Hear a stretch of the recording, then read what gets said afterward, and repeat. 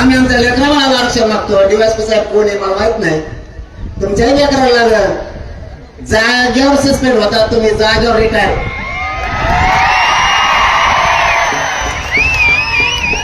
Retire म्हणायचंय मला. Suspend आलं रिटायर ते नाही का. जिथं लागला तिथंच म्हातारपण होतं, तिथंच राहतो. बढतीच मिळत नाही. आणि तुम्हाला बढती मिळावं म्हणून पठ्ठा लढतो यो. आणि समजा दुसऱ्याचा असला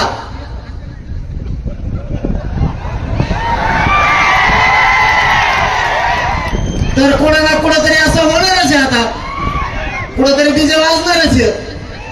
गावागावात लोक आहेत आमच्या. गावागावात नुसता डीजे वाजून जर मला कळू द्या, मी बिले खंड्याचा आहे. माझ्या तात्याला विनाकारण जर टोकरीला मी सोडीत असतात. देवेंद्र फडणवीस त्याच्या काय करायला लावतो हे डीवायएसपीला. मराठीचे डीजे बंद पाडण, पुढं काहीच करण. शांततेत जाते मई, शांततेत मई जात मागणी करते. तुम्ही विनाकारण त्याला टवचिता. डीजे काय विषय करावं. आपण किती उंचीवरच्या पदावरचे पदाधिकारी येत, अधिकारी येत. डीजे हे का विषय आहे का मराठ्यांना छेडायचा. दंगल घालायची होती काय बीडमध्ये तुम्हाला देवेंद्र फडणवीस ऐकून. तुम्ही डीजे बंद कर म्हणायचा आणि त्यांनी करायचा नाही. आणि मग तुम्हाला लाठीचार्ज करायचा होता काय. नका भानगडीत पडू. पोलीस जरी असला तरी तुम्ही आमचेच लेकर आणि तुमचे त्या भानगडीत नका पडू. ते देवेंद्र फडणवीस ऐकून. कारण सत्ता बदलणार आहे कधी ना कधीतरी. त्यावेळेस आम्ही नाव घेणार ठेवू. कारण मला इतक्या तुमच्यावर बोलायचं नव्हतं, पण ते जिवारी याच्यासाठी लागलं. साध्या गाण्याचा विषय नाही झाला त्या कधी केस करायचे बा. त्याच्या आईला बघून घेतला असतं मस्त वकील लावले असते. डीजे पण करा, तो ऐकायला बघूनच घेणं ही भाषा चांगली नाही. मला ह्या विषयावर बोलायचंच नव्हतं, कारण मला तो विषयच नाहीये. परंतु विनाकारण काहीतरी ते देवेंद्र फडणवीस ऐकायचं, लोकांना त्रास द्यायचा, हे चांगलं नाही ना. माझ्या मराठीतून तुम्हाला पोलिसाला काही त्रास आहे का. एकाही पोराला सांगा तुम्ही यांच्यापासून त्रास आहे. मग विनाकारण काही देवेंद्र फडणवीस ऐकायची गरजच नाही. आज तुम्ही त्याच्या जीवावर बोलता ना आम्हाला. आम्ही भोगू, हा आम्ही बघू. पण कधी ना कधी जर सत्ता पालट झाला, जवळून जवळ महाराष्ट्राच्या बाहेर जाशील. मी नाही सोडणार. मग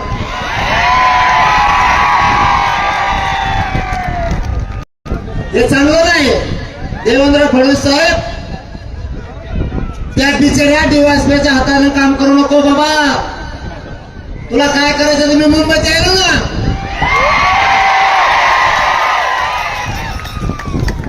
त्या बिचाऱ्या डीवायएसपीला कशाला अडचण आणतो. मी यायलोय मुंबईला. आपण भेटू होतोय घराकडूनच आहे मी. बघू तो एकदम आहे का माय एकदम आहे. विनाकारण नाही डावचायचं. मराठा जात ही शांत आहे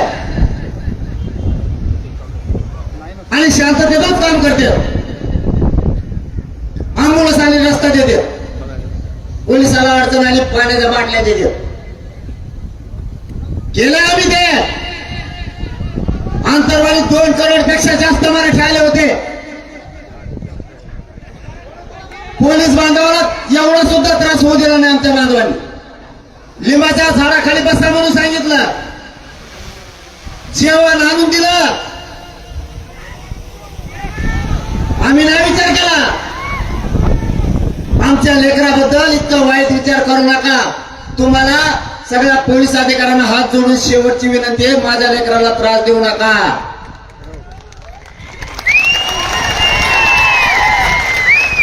आम्हाला माहिती आहे तुम्हाला देवेंद्र फडणवीसांचे आदेश आहेत.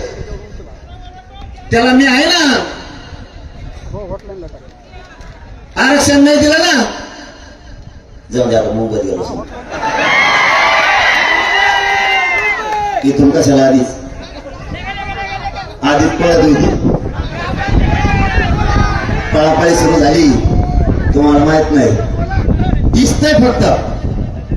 मराठ्यांची दखल घेतली नाही, लक्ष दिलं नाही, पण आतून अशी फाटली. त्याचाच काल एक मित्र आता माझ्याकडे, त्यांनी सांगितलं मला, देव सांगून मिळत नाव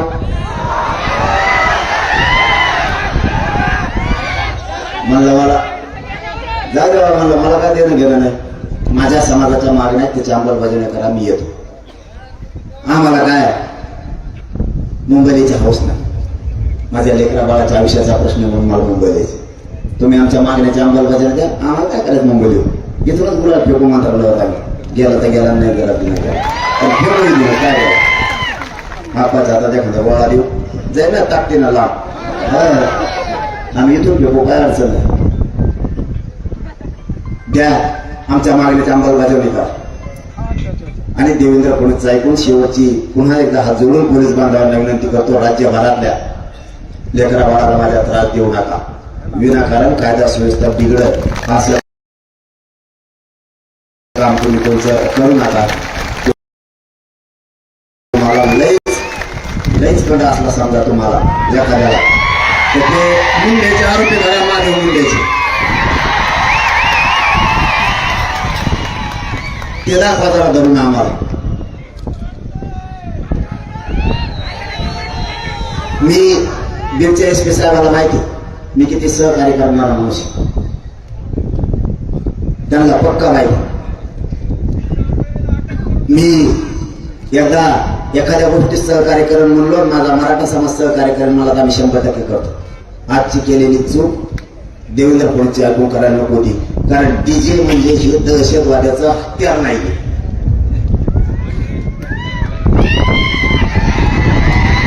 ठीक आहे, डीजेचं मी आता ते बघतो, मी फडणवीस साहेब दोघं जण बघतो, ती विषय काय तो आता कटला. मराठ्यांना एक सांगायला आलं, हे प्रत्येक घराघरातल्या राज्यातल्या मराठ्यांनी आता लक्षात ठेवा, 29 ऑगस्टला आपल्याला मुंबईला जायचं. 27 ऑगस्टला आपण सकाळी 10 वाजता अंतरवालीतून निघतोय. मुंबईला सगळ्यांनी शांततेत जायचंय. आरक्षण घेऊन येताना शांततेत आपण आपल्या घरी यायचं.